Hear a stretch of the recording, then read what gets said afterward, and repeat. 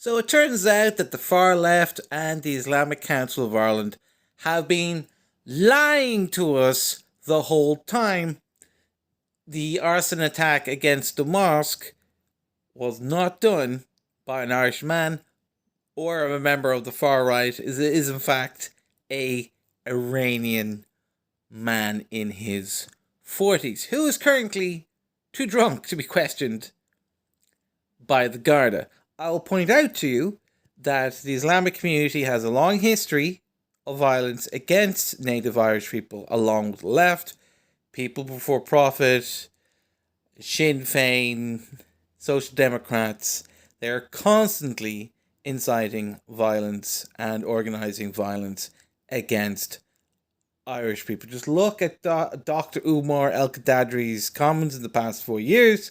He's constantly discouraging working class people protesting against our own government, which is our right as Irish people. Now, the Iranian in question, who really doesn't like Islam, he doesn't like Islam for a reason. He is from an Islamic regime that has killed like 48,000 of its own people, mostly in hospitals after they've been injured by the Islamic regime cracking down on protesters.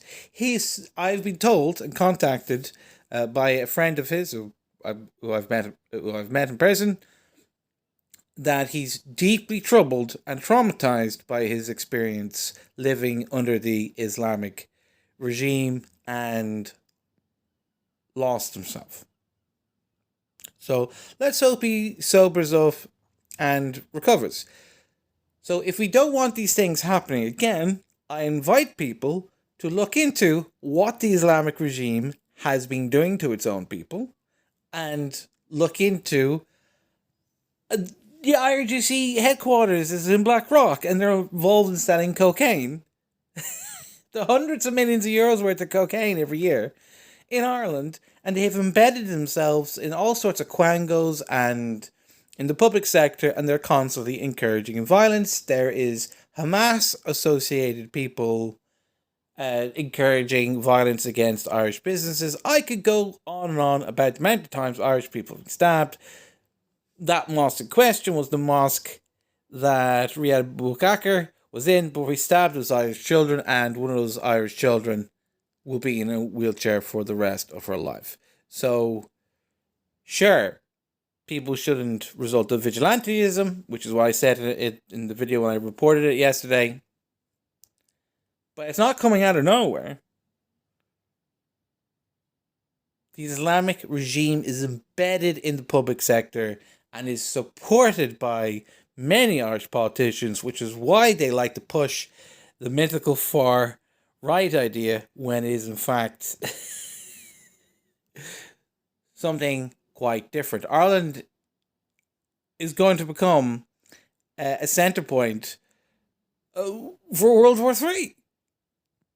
We're up in our eyeballs in Islamic fundamentalists, the far left, and no journalist picked up upon the Nazi rally that happened over the weekend, where they denounced democracy, and the Nazi movement, have denounced the nationalist movement as well for being too accepting of homosexuals and foreign people. Because if you meet most nationalists, we're fairly moderate, chilled. We're actually secretly liberal people. We're just angry. So we sound more extreme because we're angry. We're working class people. We don't get paid enough. I haven't been paid in weeks, which is why I often come off as a bit mad. Like, my arms are really sore from working. Like, it's hard for me to hold up this phone because my muscles are so sore from like lifting large items to and from different buildings, and I haven't been paid yet. This is why working class people come off as a tad bit extreme, but at the root of it, the nationalist movement is all about taking care of Irish people. There's a housing crisis, there's a healthcare crisis, there's a cost of living crisis, there's an energy crisis. We have high excess death rates. There's too many people just dying because the hospitals are full. Ireland is full.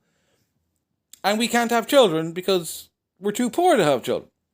And there hasn't been any support given to me personally, and lots of other Irish people report the same thing. When we're unemployed, we don't get support from the government. The courses I signed up to didn't happen. Signed up to apprenticeships that never started. They cut off my benefits, and then, like, when I do start a job, I still haven't been paid. Okay, we have lots of practical issues that need to be dealt with, but instead of dealing with these issues, the Irish government keeps promoting a radical Islamist agenda and funding radical far leftists to suppress Irish workers' voices. And I don't know why the Nazis are allowed to continue to operate in our country, but that's a different topic for another day. So I hope this Iranian man gets well. I hope he sobers up. I hope he's offered rehab and shouldn't do it again. Aaron Gabral.